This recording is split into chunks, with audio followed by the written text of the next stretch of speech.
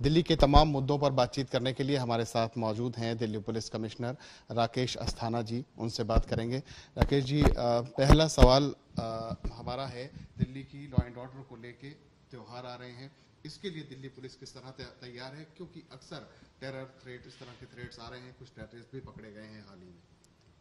त्योहारों के मद्देनज़र दिल्ली पुलिस पिछले 1.5-2 महीने से तैयारी कर रही है ताकि जो जनता है वो बहुत उत्साह से और खुशी के माहौल में त्यौहार मनाए। चूँकि बाज़ारों में और सड़कों पे भीड़ ज़्यादा होने वाली है, तो इसलिए सड़क पे पुलिस की प्रेजेंस ज़्यादा रहे, खास करके पीक आवर्स में ये इंश्योर किया गया है। सीनियर अधिकारियों को भी कहा गया है कि पीक आवर्स में वो पेट्रोलिंग खुद भी करें और सिक्योरिटी मेजर्स जो हैं उनको सुपरवाइज करें। जो मॉक ड्रिल्स हैं, जो एंटी टेरर मेजर्स हैं, तमाम डिप्लॉय किए गए हैं और रेगुलरली हम लोग चेकिंग भी कर रहे हैं, मॉक ड्रिल्स भी कर रहे हैं ताकि जो थ्रेट्स दिल्ली को हैं उसको हम लोग न्यूट्रलाइज कर सकें। महिला सुरक्षा की बात आती है तो दिल्ली का नाम सबसे पहले आता है।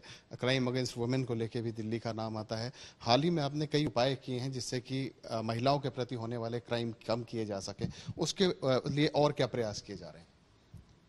जो महिलाएं हैं, बच्चे हैं या वीकर सेक्शंस हैं, उनके विरुद्ध जो क्राइम होते हैं उनको बहुत संवेदनशीलता के साथ अटेंड किया जाए, ऐसी इंस्ट्रक्शंस हैं। क्राइम रजिस्ट्रेशन के बाद इन्वेस्टिगेशन एक्सपीडिशियसली किया जाए, आरोपी को पकड़ा जाए और ट्रायल कोर्ट में जब मुकदमा जाए तो फास्ट ट्रैक ट्रायल कराने की कोशिश की जाए।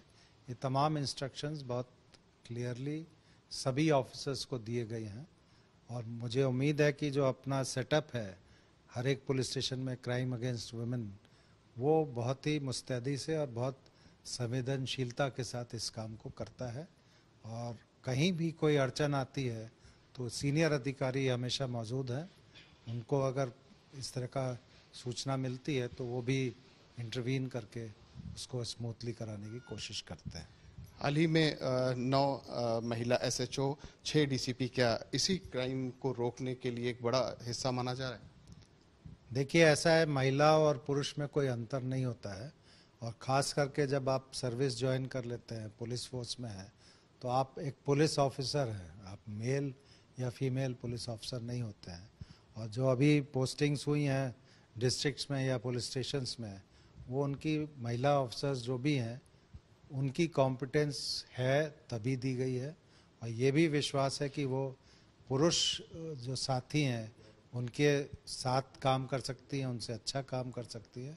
तो कोई भेदभाव वाली बात नहीं है। They are also good officers and they will definitely deliver.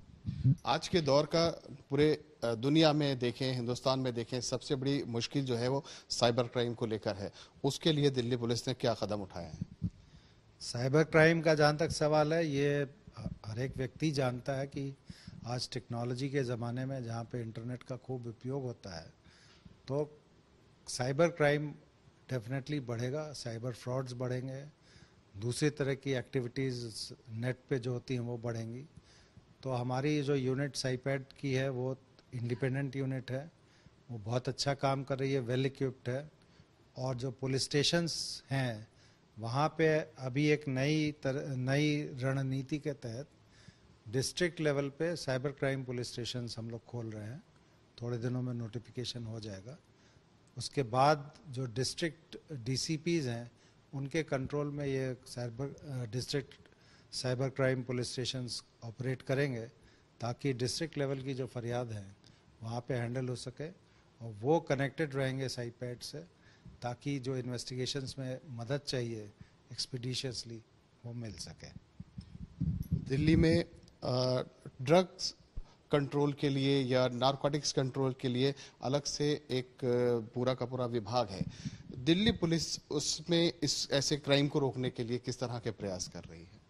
सभी थानों को, सभी सीनियर ऑफिसर्स को बहुत साफ निर्देश दिए गए हैं कि ड्रग्स की जो प्रॉब्लम है पूरे शहर में, इस पे एक अभियान चला के इसके खिलाफ कार्रवाई की जाए। जो हॉट स्पॉट्स हैं वो आइडेंटिफाइड हैं, जो ड्रग पेडलर्स हैं सिंडिकेट्स हैं वो आइडेंटिफाइड हैं, उनके खिलाफ कानूनी कार्रवाई जो हमें करनी है कड़े से कड़ी वो हम करें। पिट एनडीपीएस एक्ट है जिसमें प्रिवेंटिव डिटेंशन के अधिकार दिए गए हैं पुलिस को, उसका भरपूर उपयोग किया जाए और हर हालत में ये जो नेक्सस है ड्रग पेडलर्स का सिंडिकेट्स के साथ या दूसरे लोगों के साथ, उसको तोड़ा जाए ताकि जो जनता है उसमें ये दूषण ख़त्म हो सके। तो नेक्स्ट 2-3 मंथ्स टाइम में आप देखेंगे कि ये एक concerted campaign against the drug का रिजल्ट्स क्या है वो पता चलना शुरू हो जाएगा। हाल ही में हमने दिल्ली में देखी कई गैंग वार हुई, ऑर्गेनाइज्ड क्राइम भी सामने आ रहे थे। पिछले 3-4 महीने के पहले से भी हम देख रहे हैं सड़क पे शूट आउट्स हुए बहुत सारे। इस ऑर्गेनाइज्ड क्राइम को रोकने के लिए दिल्ली पुलिस किस तरह के कदम उठा रही है?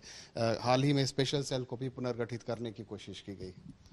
ऑर्गेनाइज्ड क्राइम और गैंगस्टर्स, गैंग वॉर्स ये बहुत सीरियस चीज़ें हैं और स्पेशलाइज्ड यूनिट्स इसके लिए हैं इन प्लेस। स्पेशल सेल है, क्राइम ब्रांच है, इवन पुलिस स्टेशंस में भी जो ऑपरेशनल यूनिट्स हैं, सभी को ये निर्देश है कि किसी भी कीमत पे शहर के अंदर gang war, gangsters, organised crime इसको चलने नहीं दिया जाए और जितने भी गैंगस्टर्स हैं, उनके गैंग मेंबर्स हैं, उनके खिलाफ कानून के तहत जो भी कार्रवाई हमें करनी है हम कर रहे हैं।